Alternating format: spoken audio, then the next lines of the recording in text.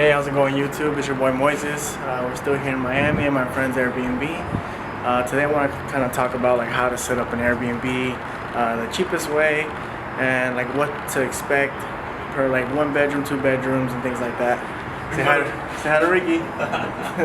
One thing to know though, cost to start up an Airbnb is the numbers that I run are roughly, like let's say like a 1 bedroom apartment, $2,000 to $3,000 per bedroom.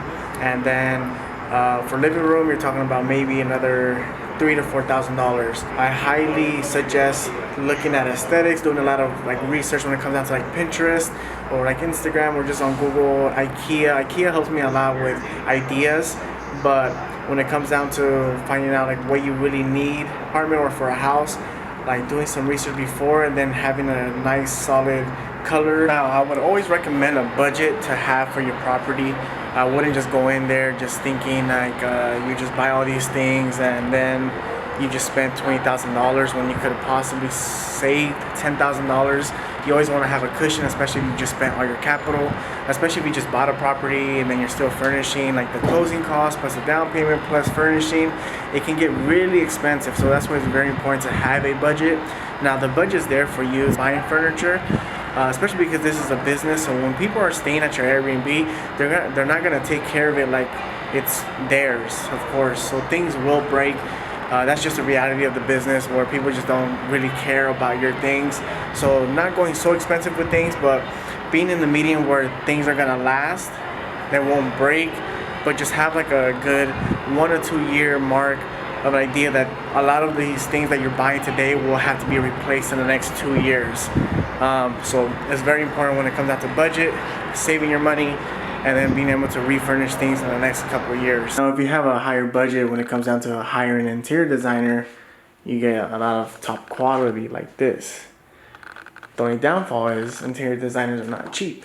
So something that my friend is doing right now, he actually has a spreadsheet with all the items that he's buying plus the cost and links. Something that I didn't do, but something that I will be doing in the next Airbnb property, just because he has a lot more structure and a lot more things that I didn't do.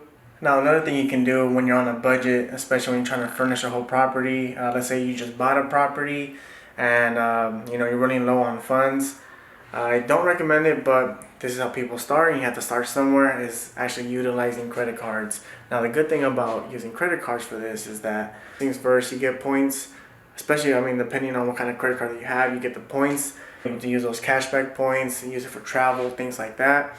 But you can use credit cards to start buying furniture, kind of save the cash in case of a rainy day, things like that. But that's why it's very important to have a budget when it comes down to furnishing property. Using credit cards, making sure you start paying that off every single month, and let's have a good month, able to pay back all your credit cards back in the first month. All that is possible with Airbnb, but it's very, very important to make sure you pay all that back before you ruin your credit. So yes, overall, make sure you have a budget when it comes down to furnishing a property.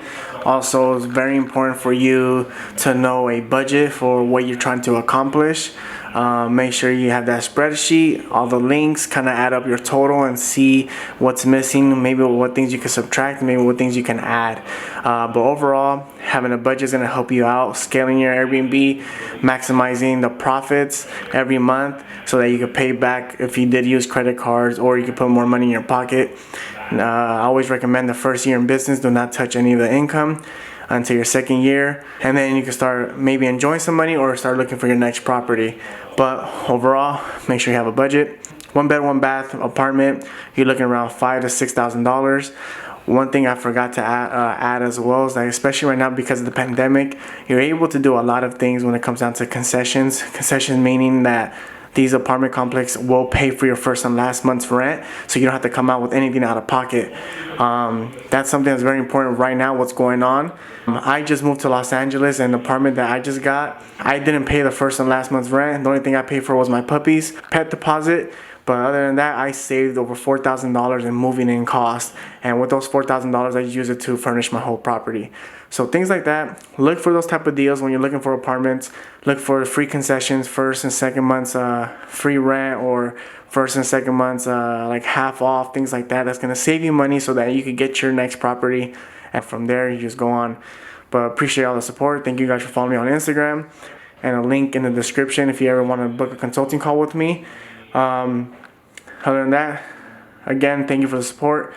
Subscribe to the YouTube channel. See you guys next time.